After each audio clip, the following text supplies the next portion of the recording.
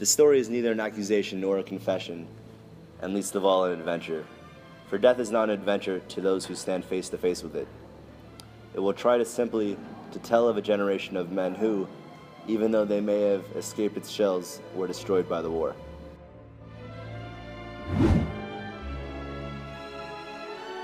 This movie was adapted from a novel by German author Erich Maria. The film is about a group of German boys who go to school at the beginning of World War I by their nationalistic teacher. The story is told entirely through the experience of the young German recruits and highlights the tragedy of war through their eyes. As the war goes, they become hopeless. They witness so much death, injury, and blood. There are no rights and wrongs. They are hungry, scared, in their trenches with rods and stone bread. Some of them die, they become simply dehumanized because of the war. The enemy uses machine guns, bombs, and airplanes. It seems that they are stronger than the German army. In the scene where Paul mortally wounds a French soldier and then weeps bitterly as he fights to save his life while he trapped in a shell crater with the body, he begs him to forgive. The young German boys die one by one. The movie is not about heroism. It's about clothing and futility.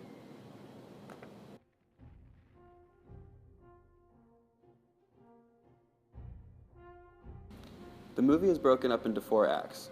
1. The pre-war education of the schoolboys and the enlistment of the young German soldiers. 2. The soldiers arriving at the front during World War I. 3. The experiences of brutality and the horrors of the war in the trenches. And 4. The hero's return home and back to the front, and finally his ultimate demise.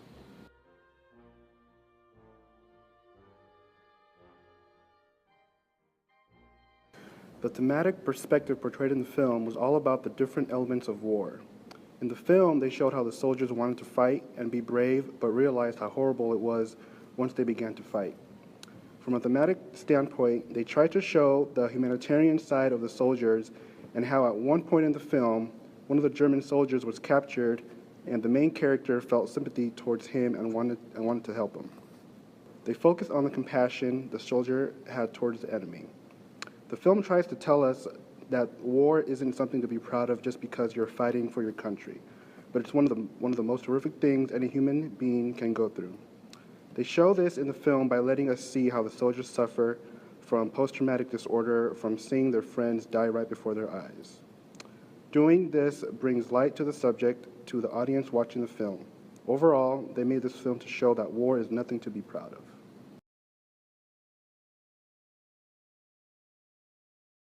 We all witness their hard and hopeless times.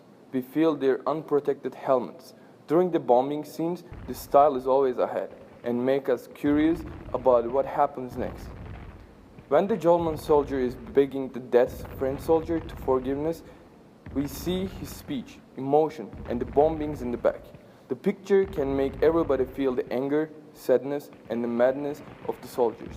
Sometimes the movie goes from a scene to another using the dissolve tool, such as this screenshot from the movie emphasized the terrible aspect of the war.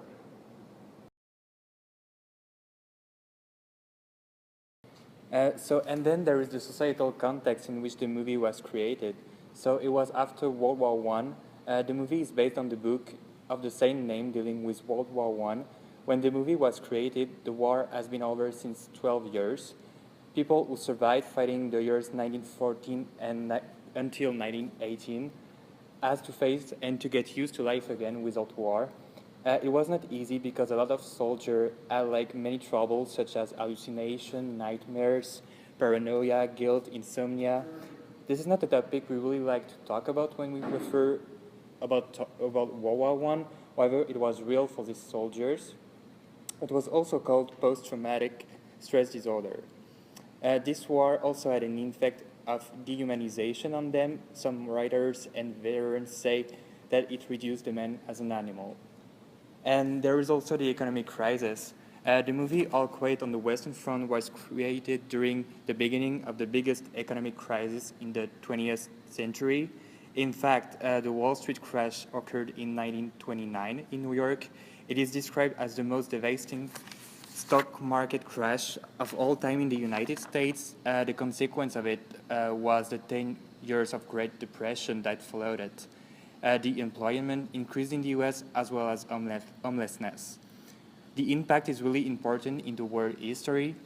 The economy in America slowly got better after they went to war in 1941. And then there is the beginning of the totalitarianism. Indeed, the Nazi Party had the power in Germany the 30th of January 1933, which is 3 years after the movie All Quiet on the Western Front was released. The anti-war aspect of the movie caused many troubles during this time in the history. We'll talk more about that later. But in general, the 1930s were known as bad years. International tension came out, as well as wars. Besides all of the dramas happening during the 1930s, socio-cultural changes are important to the development of popular culture. As a matter of fact, there is a proliferation in film, radio, and also cartoons. That's why it was a good period for the entertainment business. In 1929 through 1930, when All Quiet on the Western Front was created, many significant movies came out, such as Gold Diggers of Broadway, Sunny Side Up, or Whoopee. Indeed, many musical movies were created. The 1930s are the best years of Hollywood. They consider them the golden age. In addition to that, the Motion Picture Code established by Senator William Hayes came out in March 1930, so only 1 month before the release of the movie. It consists of moral guidelines of what is acceptable to include in a film. For example, scenes of passion or love in a relationship are not allowed to be present if they're not important to the plot. All sex scenes are prohibited. This code was adopted in 1930, but not enforced until 1934. This movie depicts the absurdity of the war and how it had such an impact on society that some countries like Germany banned the movie. The Germans were offended because they felt it represented Germans as cowards. Different countries had different perceptions of the movie, insofar as some thought it was pro-German. Some reports said that Nazis disrupted the film in the movie theater by setting off stink bombs and white mice. Some other countries also banned the movie.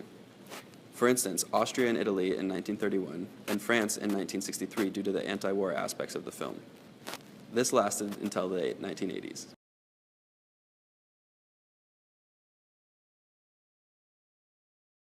I can't tell them anything. You must, Paul. Just a word. Just tell them how much they're needed out there. Tell them why you went, what it meant to you. I can't say anything. If you remember some deed of heroism, some touch of nobility, tell about it.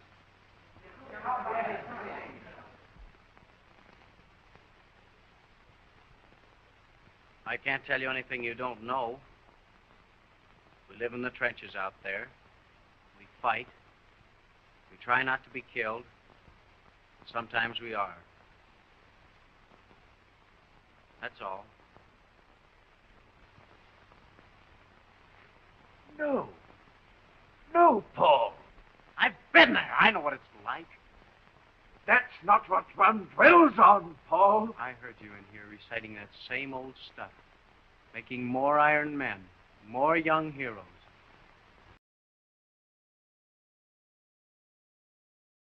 The effect was even felt by the leading actor Lou Ayres that he became a pacifist and refused to fight during WW2. The news that Hollywood actor objected to the war caused a huge public outcry and debate. WW1 was an absurd war according to most of the people that Dimension is represented in All Quiet of the Western Front. After the excitement of the young kids about going to the war in the film, they realized that the war is a horrific thing. In a nutshell, the movie is really related to the reality of war. When the movie was released, the world and the veterans are experiencing a post-war experience. That's probably the reason why the movie had such an impact. In fact, some extras were veterans in WW1. As we said it before, this period of time in the history was the golden age for Hollywoodland. All Quiet on the Western Front was the first talkie war film to win Oscars for the second ceremony in 1930. It won Oscars for Best Director to Lewis Milestone and Outstanding Production to Universal.